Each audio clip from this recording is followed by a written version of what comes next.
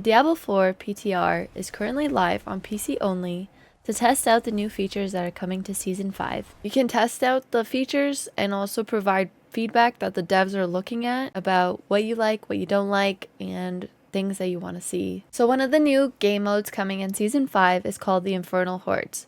So you unlock this by completing the little quest line that goes along with it, and then afterwards you get a hell compass. You then activate it like a nightmare dungeon to do another infernal horde. So these infernal hordes you can find in nightmare dungeons, hell tides, whisper caches. In world tier 3 you get a tier 1 one, for example, and then world tier 4 you get a tier 2, and when you're level 100 in world tier 4 you get a tier 3 one. You can upgrade the tier on your compass using an abyssal scroll. Using an abyssal scroll on a tier 3 hell compass will make the monsters go from level 100 to 120. In the infernal hordes, you slay hordes of enemies in waves until you get to the council. As you're fighting the hordes of enemies, you'll get ether throughout them. So you want to slay as many enemies as possible, and as you get through it, then when you finish that, you'll either get some sort of small event or like an ether fiend, and they will drop ether. When you complete all of the waves, you unlock the door, and then you can go in and you can fight the council members.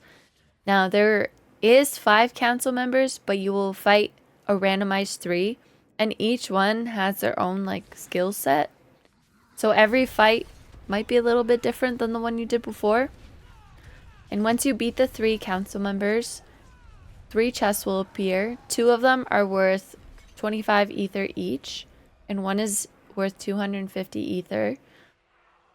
And there's also a small chest that is worth your remainder of ether that you can get for gold. In the chest, the spoils of equipment, you'll get 1 or 2 legendary items.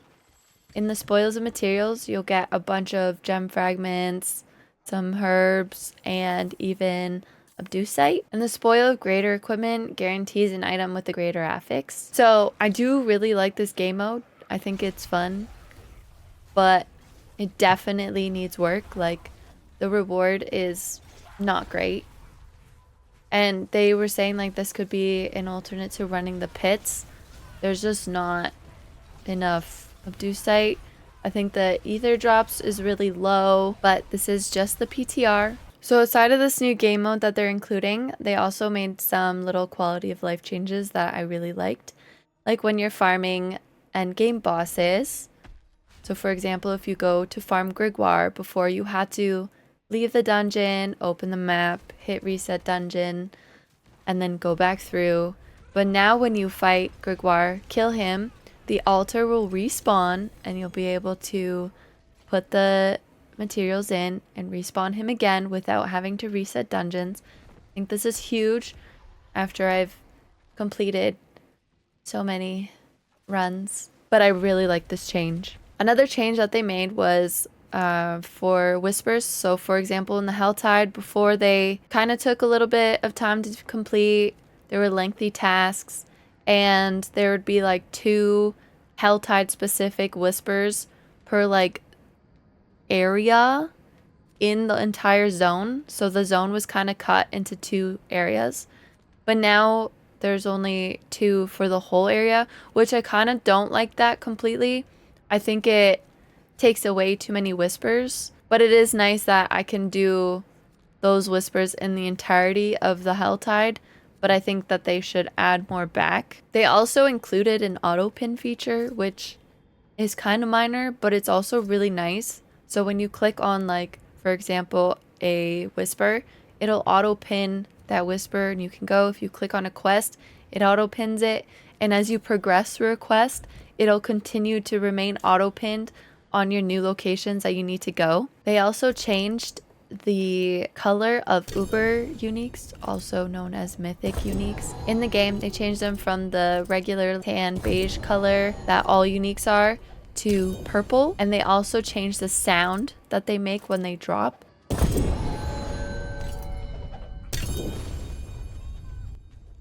So it's a little bit louder, has more bang to it, so it's much more noticeable. So now when you get an Uber unique, you kind of have that dopamine hit right off the drop, rather than you pick it up and you open your inventory and you're kind of like, oh my god, is it gonna be that? Oh, it's not that.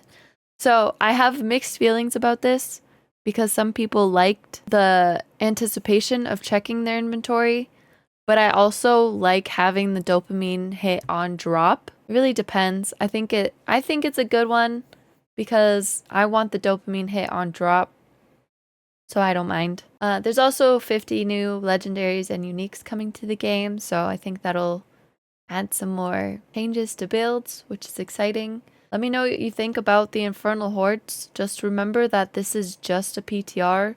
They're changing things and updating.